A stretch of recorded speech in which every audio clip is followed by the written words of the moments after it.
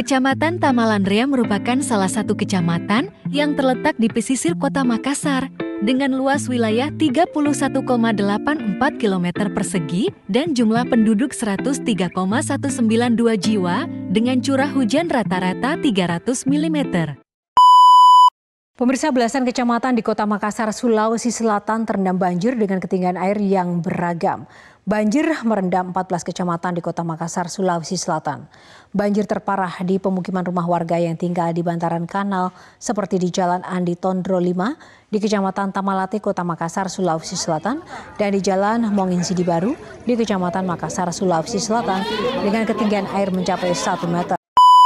Dari belasan kecamatan yang terdampak banjir, kami menggunakan Kecamatan Tamalanrea sebagai salah satu persoalan yang akan kami pecahkan dalam inovasi Kifilkes dedikasi tahun 2023. Inovasi yang ditawarkan oleh tim Beaver adalah perencanaan sistem drainase reservoir dan pompa hidram untuk penanganan banjir areal perkotaan padat penduduk di Kota Makassar.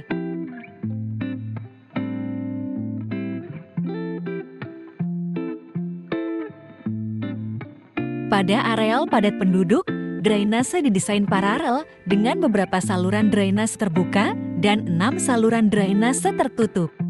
Drainase dibuat dengan elevasi yang semakin rendah agar genangan akibat curah hujan yang tinggi dapat mengalir lebih cepat ke sungai atau saluran induk. Semakin cepat air masuk ke dalam saluran drainase, maka genangan air atau banjir dapat segera surut. Dari saluran induk, terdapat filter yang digunakan untuk menyaring kotoran atau sampah yang terbawa aliran, sehingga air dapat dialirkan ke dalam pipa menuju reservoir dengan baik.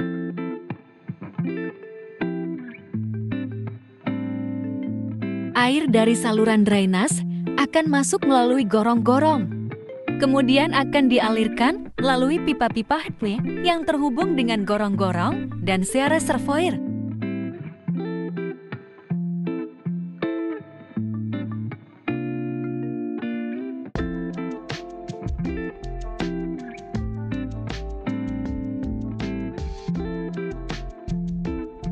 Pipa pada saluran drainase diletakkan dengan menggunakan elevasi yang semakin rendah agar air dapat mengalir lebih cepat ke dalam reservoir sehingga genangan banjir dapat segera surut. Elevasi reservoir dibuat lebih rendah daripada daratan. Hal ini bertujuan agar genangan banjir dapat segera surut. Reservoir juga dilengkapi dengan tinggi jagaan. Ini akan berfungsi ketika air pasang, sehingga air pasang tersebut tidak dapat masuk ke dalam reservoir.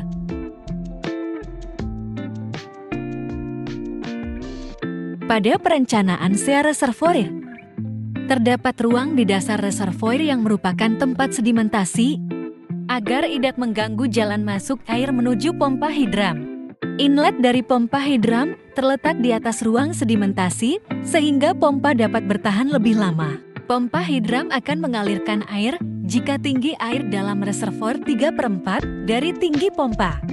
Hal ini dapat mengurangi daya tekan air laut pada reservoir dikarenakan di dalam reservoir masih terdapat air yang akan menekan ke arah luar dinding reservoir.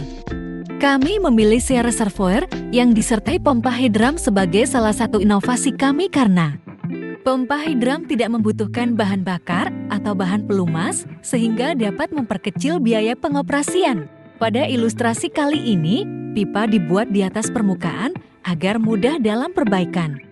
Pipa juga dapat dibuat lebih rendah lagi menyesuaikan dengan bahan pembuatan pipa dan keadaan laut.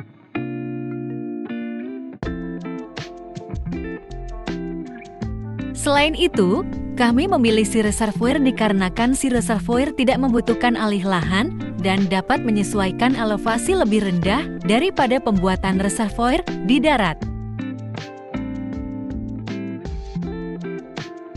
Berikut ilustrasi jika saluran drainase tertutup diletakkan pada elevasi yang lebih dalam. Setelah air tertampung pada gorong-gorong, air akan menuju pada pipa yang diletakkan di dalam permukaan tanah dengan elevasi yang lebih rendah dari daerah banjir.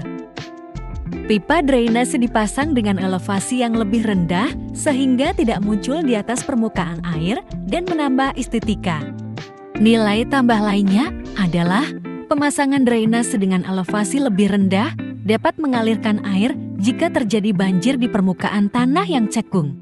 Untuk mengatasi apabila debit air banjir meningkat dan melebihi kapasitas tampungan, maka pada pipa inlet diberi katup satu arah agar air yang terletak di dalam reservoir tidak dapat berbalik arah.